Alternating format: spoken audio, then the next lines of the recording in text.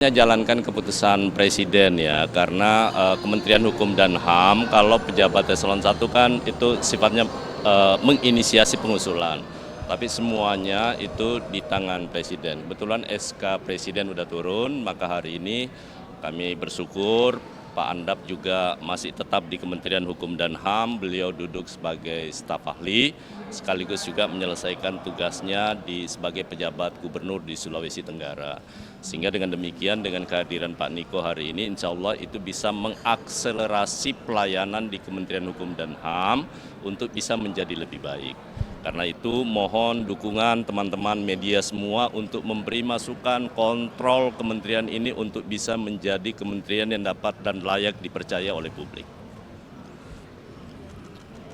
Dari boleh isu lain jelang kampanye di lapas sendiri persiapannya seperti apa dari Kemenkumham? Nanti dengan Dirjen Pas ya, prinsipnya saya sudah panggil juga menyampaikan kepada seluruh Kakanwil untuk membuat suasana di lapas itu sekalipun menjelang pemilihan, tetapi suasana pembinaannya tetap harus berjalan, terutama kegiatan pemberdayaan. Di lapas hari ini saya lebih fokus bagaimana kemudian warga binaan itu bisa mendapatkan kegiatan dan bisa produktif. Ya, berbagai program yang saya minta baik dari kementerian maupun dari badan usaha milik negara untuk memberikan alat-alat produksi dan mereka kemudian nanti bisa mendapatkan penghasilannya bisa ditabung, itu yang menjadi konsentrasi saya sekarang. Supaya mereka bisa melupakan suasana sebagai menjadi warga binaan, tetapi punya aktivitas, punya kesibukan sehingga dan jauh lebih produktif. Cukup ya, maaf, cukup Mbak. Sendiri yang sudah terdaftar mungkin akan Nanti saya cek ya berapa jumlah DPT-nya. Saya belum dapat konfirmasi dari yang jelas warga binaan kita kan hampir kurang lebih sekitar 240 ribuan ya. Nah saya belum tahu nih berapa persisnya. Nanti saya informasikan ya. Cukup ya. Saya sudah sampaikan di Dirjen Pas bahwa tidak ada toleransi yang terkait dengan penggunaan narkoba. Langkah awal yang saya minta lakukan, seluruh petugas sebelum ke warga binaan, tapi seluruh petugas jajaran Dirjen Pas kalau ada yang terindikasi menggunakan apalagi menjadi jaringan pengedaran narkoba itu tanpa ampun. Pak, pasti langsung kita beri sanksi. Makasih ya. per saat ini sudah ada yang ditemukan. Kemarin justru yang konferensi pers di Mabes Polri itu kan ikut semua kan, betapa teman-teman dari Lapas Tarakan, dari Dirjen Pas justru yang menginformasikan bahwa ada. Karena yang namanya narkoba di lapas itu kan hilir, bukan di hulu. Ya, hilir. Nah, karena itu kita menjadi garda terdepan ke depannya untuk memberantas itu. Selain itu Banyak ya, setiap saat di beberapa lapas saya minta untuk dilakukan razia. Ya. Salah satunya tadi saya bilang, ini supaya mereka punya aktivitas. Makanya saya gencarkan kegiatan-kegiatan produktif dalam bentuk kegiatan pemberdayaan di lapas. Oke ya. Makasih ya. Jalankan keputusan Presiden ya, karena Kementerian Hukum dan HAM kalau pejabat eselon 1 kan itu sifatnya menginisiasi pengusulan.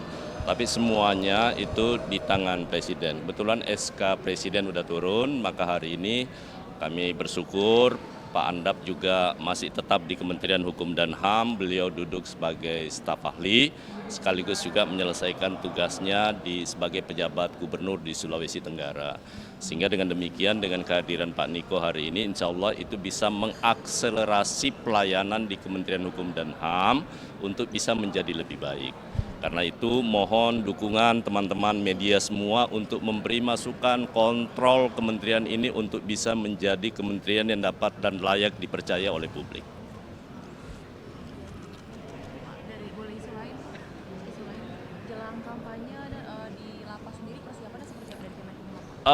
Nanti dengan Dirjen Pas ya, prinsipnya saya sudah panggil juga menyampaikan kepada seluruh Kakanwil untuk membuat suasana di lapas itu sekalipun menjelang pemilihan, tetapi suasana pembinaannya tetap harus berjalan, terutama kegiatan pemberdayaan.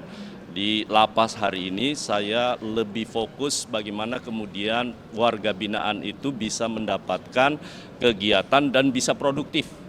Ya, berbagai program yang saya minta baik dari kementerian maupun dari badan usaha milik negara untuk memberikan alat-alat produksi dan mereka kemudian nanti bisa mendapatkan penghasilannya bisa ditabung. Itu yang menjadi konsentrasi saya sekarang, supaya mereka bisa melupakan suasana sebagai menjadi warga binaan, tetapi punya aktivitas, punya kesibukan, sehingga dan jauh bisa lebih produktif. Cukup ya, maaf, cukup Mbak. Sendiri yang sudah terdaftar mungkin akan Nanti saya cek ya berapa jumlah DPT-nya. Saya belum dapat konfirmasi dari yang jelas warga binaan kita kan hampir kurang lebih sekitar 240 ribuan ya. Nah saya belum tahu nih berapa persisnya. Nanti saya informasikan ya. Cukup ya. Saya sudah sampaikan di Dirjen Pas bahwa tidak ada toleransi yang terkait dengan penggunaan narkoba. Langkah awal yang saya minta lakukan, seluruh petugas sebelum ke warga binaan, tapi seluruh petugas jajaran Dirjen Pas kalau ada yang terindikasi menggunakan apalagi menjadi jaringan pengedaran narkoba itu tanpa ampun.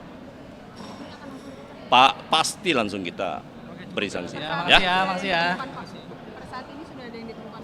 Kemarin justru yang konferensi pers di Mabes Polri itu kan ikut semua kan, betapa teman-teman dari Lapas Tarakan, dari Dirjen Pas justru yang menginformasikan bahwa ada. Karena yang namanya narkoba di lapas itu kan hilir, bukan di hulu. Ya, hilir. Nah, karena itu kita menjadi garda terdepan ke depannya untuk memberantas itu. Selain itu belum ada. Banyak ya, setiap saat di beberapa lapas saya minta untuk dilakukan razia. Ya. Salah satunya tadi saya bilang, ini supaya mereka punya aktivitas. Makanya saya gencarkan kegiatan-kegiatan produktif dalam bentuk kegiatan pemberdayaan di lapas. Oke ya? Makasih ya.